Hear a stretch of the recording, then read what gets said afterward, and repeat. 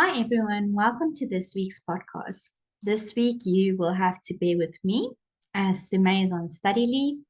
I will explain my absence last week throughout the podcast, but for this week, I thought let's maybe choose a very light topic that we can all relate to.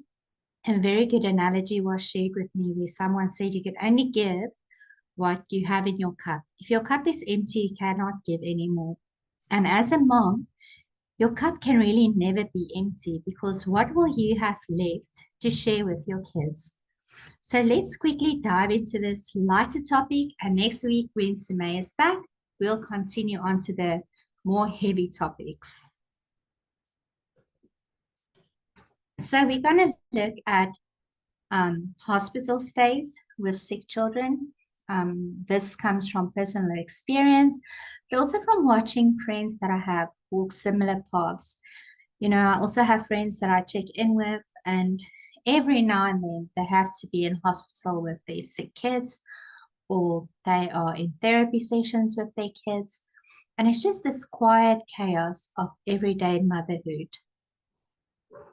So, in this episode, I would like to take a heart to heart for every overwhelmed mom, from one mom to another.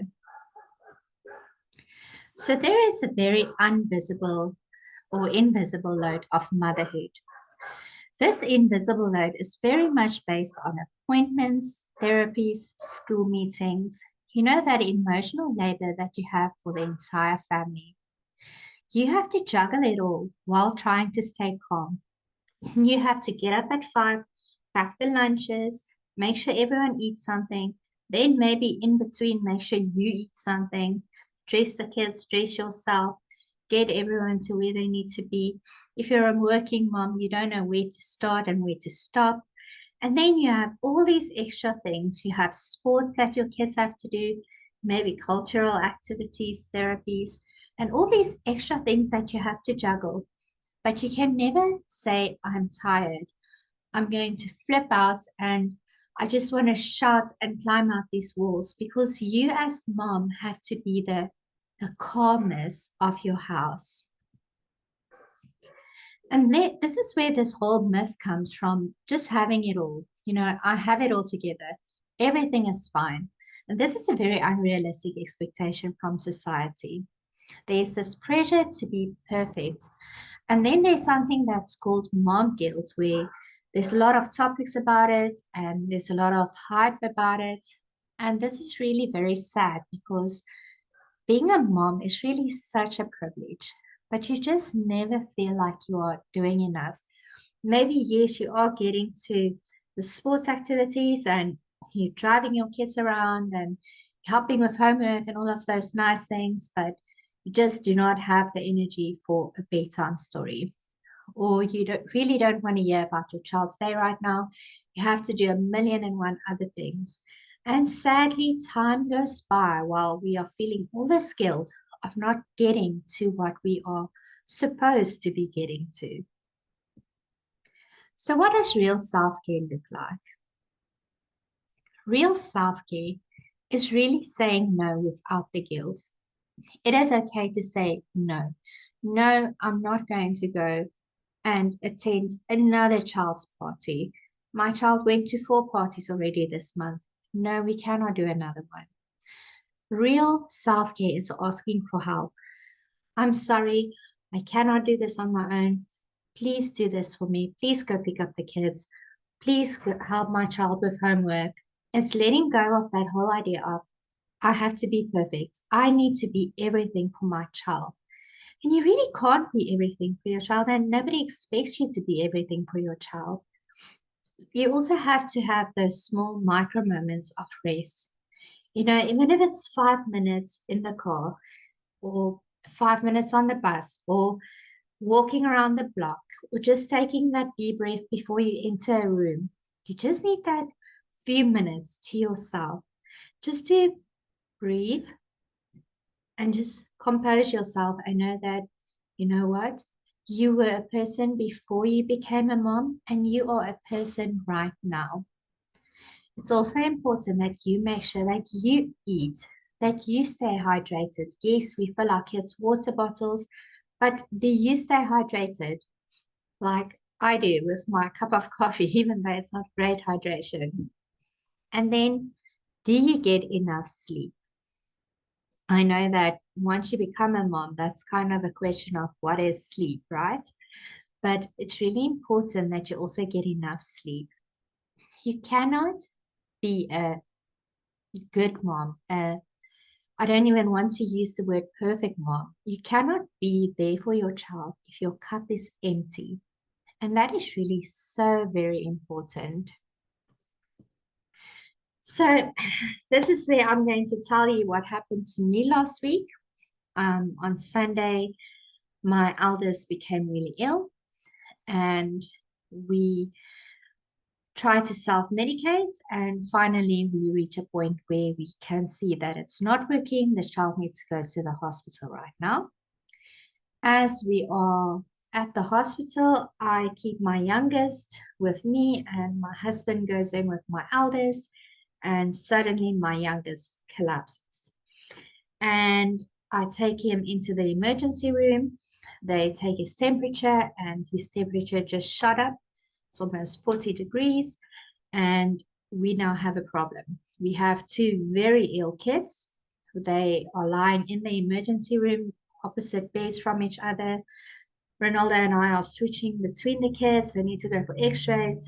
Both of them have severe pneumonia overnight, quickly, very ill.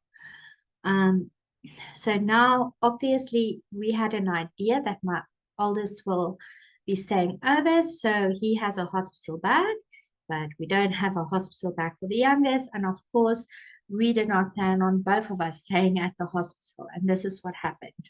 So we are now trapped in this hospital.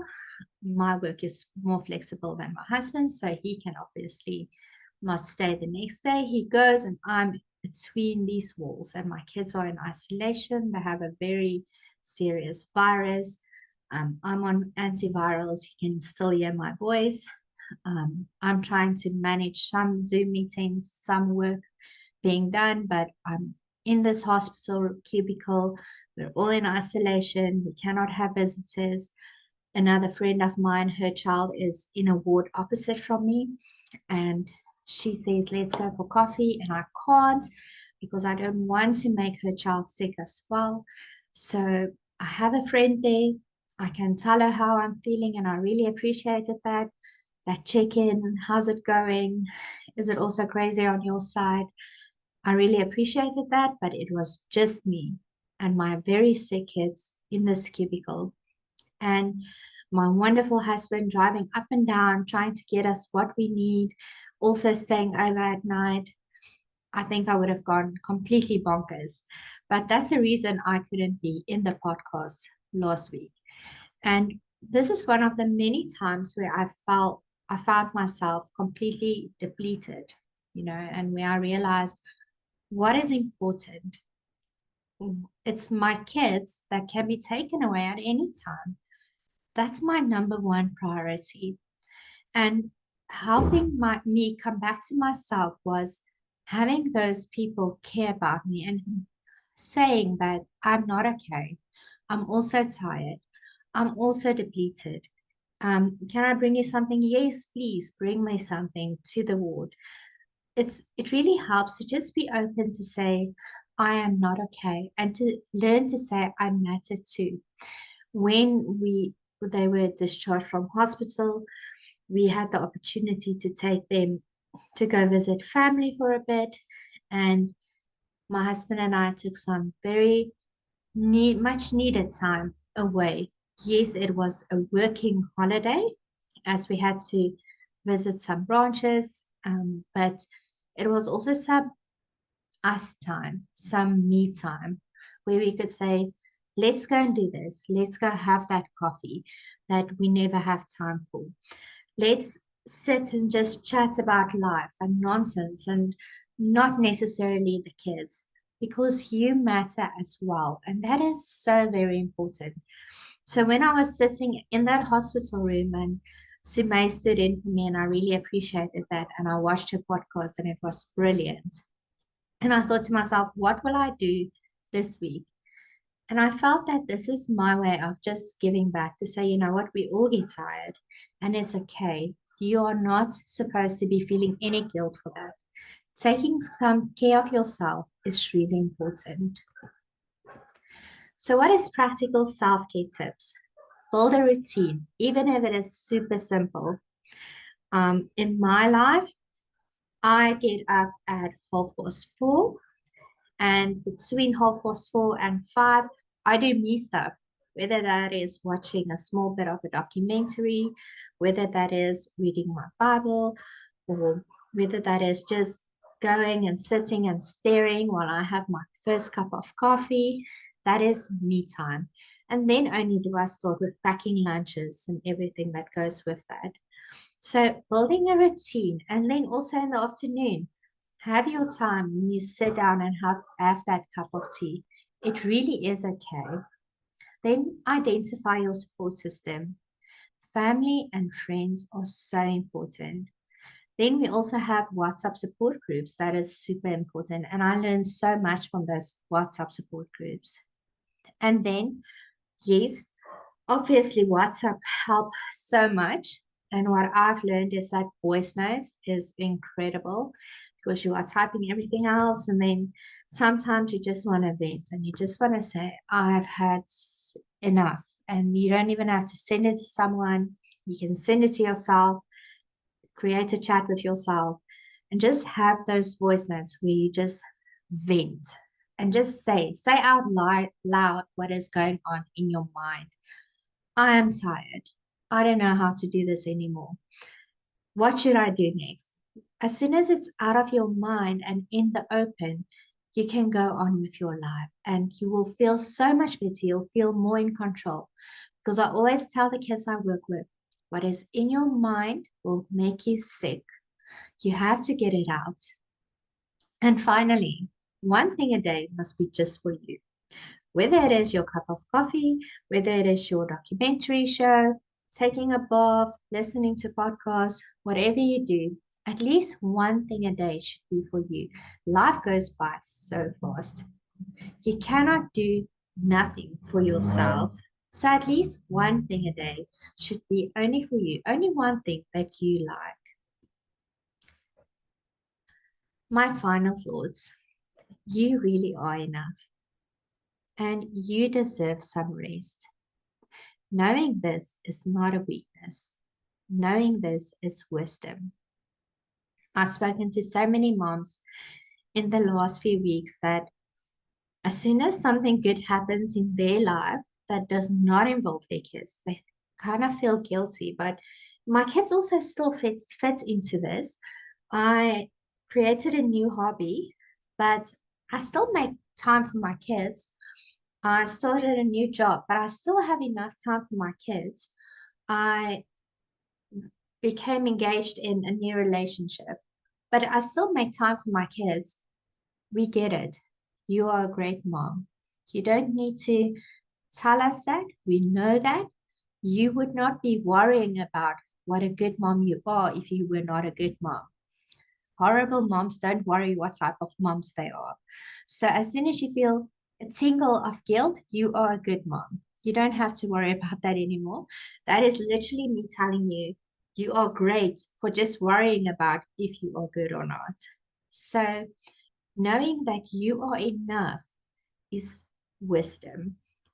And please remember that you cannot pour from an empty cup. You can refill it and you have to refill it so that you can then pour from that cup into your kids' cups, your husband's cups, whoever you work with's cups. Thank you for bearing with me and for listening to me. And I hope you are well. I hope you do get some rest. You're welcome to make contact with us. And Sumay and I will be back with you next week. Have a great evening.